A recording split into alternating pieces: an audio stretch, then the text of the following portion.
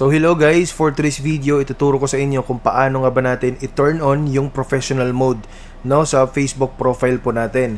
So alam naman po natin na kapag naka-turn off po yung Facebook profile po natin or professional mode, hindi po tayo qualified na kumita ng pera. Pero kapag naka-professional mode po tayo, pwede po nating i-monetize yung mga Facebook profile po natin.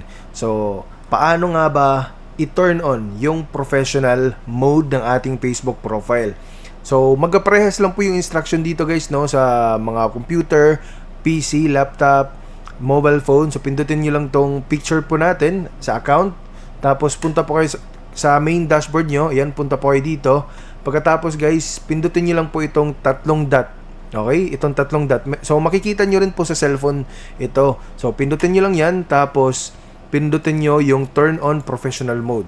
Tapos turn on nyo lang, automatic po na magto-turn on na po yung professional mode natin.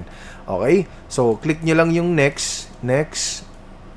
Tapos, automatic public kasi aanhin mo yung pagto-turn on mo ng professional mode kung naka-friends only or naka-custom. So, make it sure na naka-public. Kasi kung yung purpose natin ay kumita ng pera, gusto natin na maraming views. Kaya make it sure na naka-public to. So, click nyo lang yung next. So, confirm. Okay? So, done. Okay, next. So, pwede ring i-turn off natin tong updates para hindi sila makareceive ng notification. So, pagkapunta natin dito guys, automatic na magto-turn on na po yung professional mode natin. So, pag bumalik po tayo dito sa profile po natin, tapos pindutin natin yung view as, so automatic na naka-professional mode na po tayo. Okay?